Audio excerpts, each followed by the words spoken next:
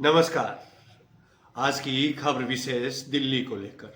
दिल्ली से आम आदमी पार्टी की अब विदाई तय हो चुकी है। आम आदमी पार्टी 2-3 बार सत्ता में रही। बड़े बड़े ही नाटक के ढंग से अरविंद केजरीवाल ने सत्ता में अपनी पकड़ बनाई। अब एक कहावत है कि जिस गति से आप तेज गति से आप ऊपर की तरफ जाते हैं, उसी तेज गति के साथ आप नीचे की तरफ भी आते हैं, यदि आप में वो कुवत नहीं है उस चीज को बचाकर रखने की। शायद कुछ गलतियां हुई अरविंद केजरीवाल से भी। हमने पहले भी बात की, अन्ना हजारे ने भी कुछ कहा। कुमार विश्वास जो कभी अरविंद केजरीवाल के सबसे मजबूत सिपाहियों में से एक हुआ करते थे, उन्होंने भी अपनी खुशी बयान करी, उन्होंने भी बातें कही। वहीं अन्ना हजारे ने भी अरविंद केजरीवाल के विरोध में बात करी। अब कौन सही है कौन गलत, ये तो विश्लेषण करने वाला मैं कौन होता हूँ। लेकिन यह जरूर तय है कि किसी भी चीज की अति हमेशा से वर्जित रही है सनातन में। अब वो अति कि शायद अरविंद केजरीवाल सीढ़ियों पर थे, उस अति की तरफ या तो थे या फिर चढ़ रहे थे, उससे पहले ही अरविंद केजरीवाल का पद से हट जाना।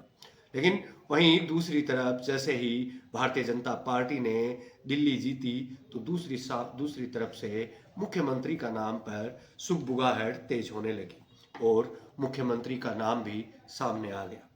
सुनकर दंग रह गए हैं सब लोग। मुख्यमंत्री का नाम भारतीय जनता पार्टी की तरफ से। दिल्ली विधानसभा चुनाव के नतीजे चौंकाने वाले हैं। आम आदमी पार्टी के राष्ट्रीय संयोजक अरविंद केजरीवाल और उनके वर्तमान करीबी मनीष सिसोदिया को हार का सामना करना पड़ा है। इससे आपको 23 सीटें मिलती दिख रही हैं। यह अब बीजेपी यहां सरकार बनाने जा रही है। रुझानों में बीजेपी को 47 सीटें मिली हैं। इसके बाद यह सवाल है कि बीजेपी में आखिर सीएम चेहरा कौन होगा। वहीं दिल्ली के पूर्व सीएम अरविंद केजरीवाल को बीजेपी उम्मीदवार परमेश वर्मा ने हरा दिया। ऐसा माना जा रहा है कि परमेश वर्मा सीएम पद के प्रमुख दावेदार हैं। हालांकि अब तक वह इससे इनकार करते रहे हैं। दिलचस्प बात यह है कि पिछले कुछ चुनावों में नई दिल्ली सीट जीतने वाला नेता ही सीएम बना है। अरविंद केजरीवाल इस सीट से 2013, 2015 और 2020 में जीते और मुख्यमंत्री बने। उन्होंने 2013 में शीला दीक्षित को हराया था। इस सीट से एक बार शीला दीक्षित चुनी गई थी। इससे पहले वो 2 बार कोल मार्केट सीट से चुनी गई थी, फिर वह सीएम बनी।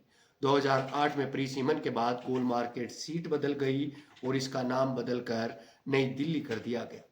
शनिवार को चुनाव जीतने के बाद परमेश वर्मा केंद्रीय गृह मंत्री अमित शाह से मिलने पहुंचे।